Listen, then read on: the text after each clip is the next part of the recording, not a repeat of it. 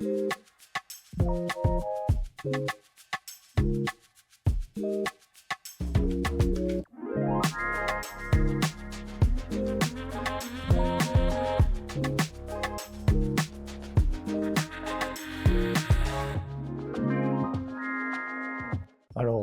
moi, c'est pas compliqué. J'ai toujours voulu travailler en psychiatrie. Même avant mes études d'infirmière, d'avoir commencé les études d'infirmière, c'était déjà un domaine qui me passionnait, à titre personnel. Ensuite, j'ai fait mon premier stage en psychiatrie, donc moi j'ai été formé à Marseille, et c'est là où je me suis senti tout de suite à ma place. Tout de suite avec l'équipe avec laquelle j'avais travaillé, le courant était passé. Les patients, j'avais aucune crainte aussi de travailler avec eux, j'avais pas d'a priori. Et mon premier stage, c'était mon meilleur stage en fait de ma formation. Donc je me suis dit, bon, je pense que c'est là où est ma place, donc je vais tenter. Donc j'avais commencé à l'issue de mes études à travailler à Marseille pendant 6 mois à peu près. C'était une structure assez particulière qui travaillait avec les patients d'une façon peu commune, on va dire. Il n'y a que 4 hôpitaux en France qui travaillent comme ça avec les patients, c'est-à-dire qu'ils n'ont pas d'isolement, pas de contention. Donc moi, je me suis beaucoup déplacé aussi, j'ai fait que des services de crise, je me suis beaucoup déplacé parce que déjà dans chaque hôpital psychiatrique, il y a des manières de faire qui sont différentes, assez spécifiques, voilà. Aussi bien dans les règles institutionnelles qu'au sein des équipes, en fonction des expériences et des expertises de chacun.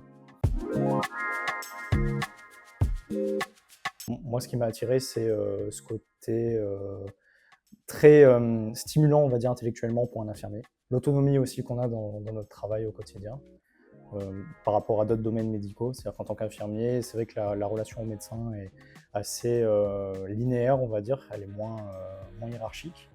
Et tout est sujet à discussion, en fait, dans la prise en charge psychiatrique. C'est ce que j'apprécie le plus, d'ailleurs.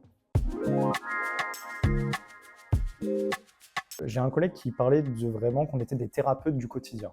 J'aimais bien ce terme parce que c'est vrai que nous, contrairement à peut-être un psychologue qui fait vraiment une prise en charge psychothérapeutique et qui est dédié, ou un psychiatre qui a du coup la prise en charge médicale à son actif, nous, en fait, ce qu'on est vraiment spécialisé dans, au jour le jour, quel est l'état du patient et comment on améliore son état. Alors ça passe aussi par de la ritualisation, c'est-à-dire vraiment le fait qu'il retrouve un sommeil classique, une alimentation normale, plus adaptée en tout cas, et un rythme de vie plus rassurant. Parce que souvent, nos patients, au-delà évidemment des troubles mentaux, il y a aussi une désorganisation totale de leur quotidien.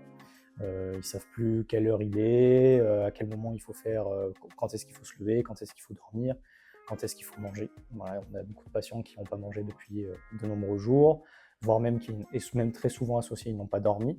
Donc en fait, déjà, nous, on réinstaure un quotidien plus serein, qui est quand même un bon terrain pour travailler, les troubles mentaux en général. Et en fait, on crée cette relation où, voilà, c'est vrai qu'elle est assez particulière en psychiatrie pour l'infirmier parce que nous sommes les garants aussi des soins sous contrainte, c'est-à-dire que le patient a obligation d'avoir ces soins-là.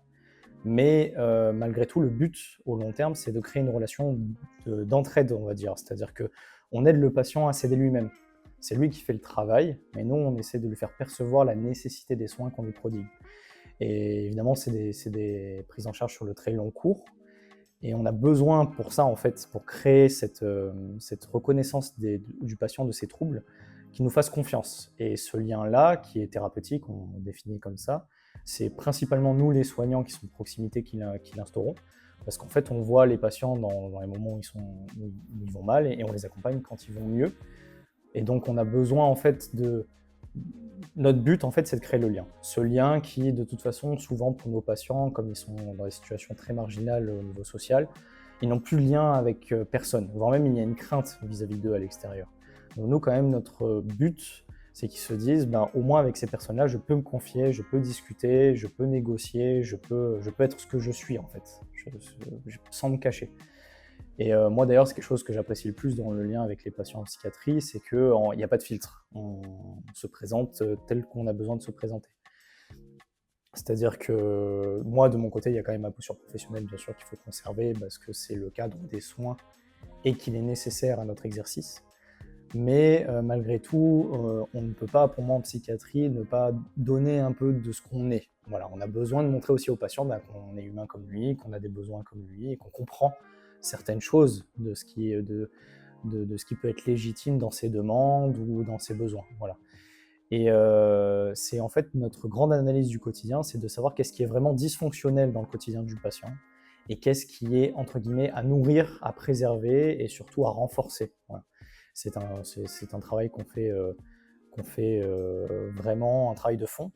Et pour moi, il est indispensable de toute façon. C'est ce qui permet, au-delà des traitements qu'on instaure avec le médecin, au-delà aussi quand même de la recherche des traumatismes ou des prises en charge sociaux aussi, parce que bon, logement, pas logement pour les patients, comment entre guillemets ils vivent à l'extérieur. On a besoin véritablement, pour moi en tout cas, de créer ce lien. Voilà, ce lien. Même moi, souvent, j'ai encore des patients, malgré les endroits où je suis passé à différents endroits de France, qui ont encore un contact avec moi, que j'appelle souvent pour savoir comment ils vont, etc. Et c'est souvent rien que ce lien-là, même s'il est assez ténu, les raccroche à une réalité pérenne. Ouais. Donc même quand ça va mal, ils savent qu'on est là en dernier recours. Parce que c'est aussi une des raisons pour laquelle j'ai travaillé en psychiatrie, c'est que c'est un peu des personnes qui sont rejetées, surtout dans le service public. On accueille vraiment en psychiatrie des personnes qui sont rejetées de partout, très souvent, surtout quand ils sont en crise. Et nous, on est un peu la dernière main tendue avant plus rien, en fait, parce qu'il n'y a plus aucune structure qui prend en charge des patients comme ça après nous. Voilà. On est le dernier espoir, on va dire, hein, pour beaucoup de nos patients.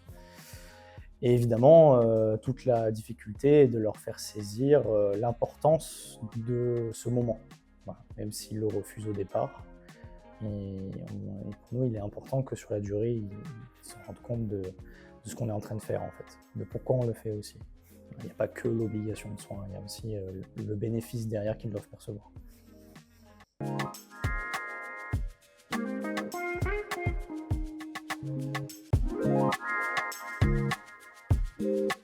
Moi, ce qui m'a le plus marqué, bon, ça c'est rigolo, c'était sur un accompagnement en fait, à l'extérieur. Je faisais du ski et j'accompagnais un groupe de patients en fait, pour faire du ski.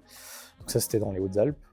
Et avec notre groupe, ça se passait plutôt bien. Et en fait, un de mes collègues est tombé et il s'est blessé. Et un de nos patients qui était très difficile à ce moment-là dans le service, voilà, très difficile à gérer pour des troubles qui étaient les siens, et qui en fait était toujours dans la confrontation avec les soignants, était venu aussi, parce que je trouvais ça intéressant qu'il vienne. Et en fait, il a aidé spontanément mon collègue, il était derrière lui, il a même appelé les secours. Et c'était un patient qui était rejeté par l'équipe. Et en fait, on s'est rendu compte en se disant, en fait, sous les désaccords qu'on peut avoir, quand il y a quelque chose vraiment de grave qui se passe, c'est quelqu'un qui est prévenant, qui en fait prend soin des autres, il faut juste lui laisser la place de le faire. Et à partir de ce moment-là, quand on a vu que, entre guillemets, il était capable il était surtout pour lui, c'était nécessaire pour lui d'aider les autres. On lui a donné cette place-là en fait dans le service, même aider les nouveaux patients à s'orienter dans le service, à qu'est-ce qu'il faut faire, à quel moment, etc. Et en fait, ça nous a permis avec lui de travailler tout un projet professionnel derrière. Donc voilà. C'est mon plus beau souvenir et c'est une de mes plus grandes victoires depuis que je travaille en psychiatrie.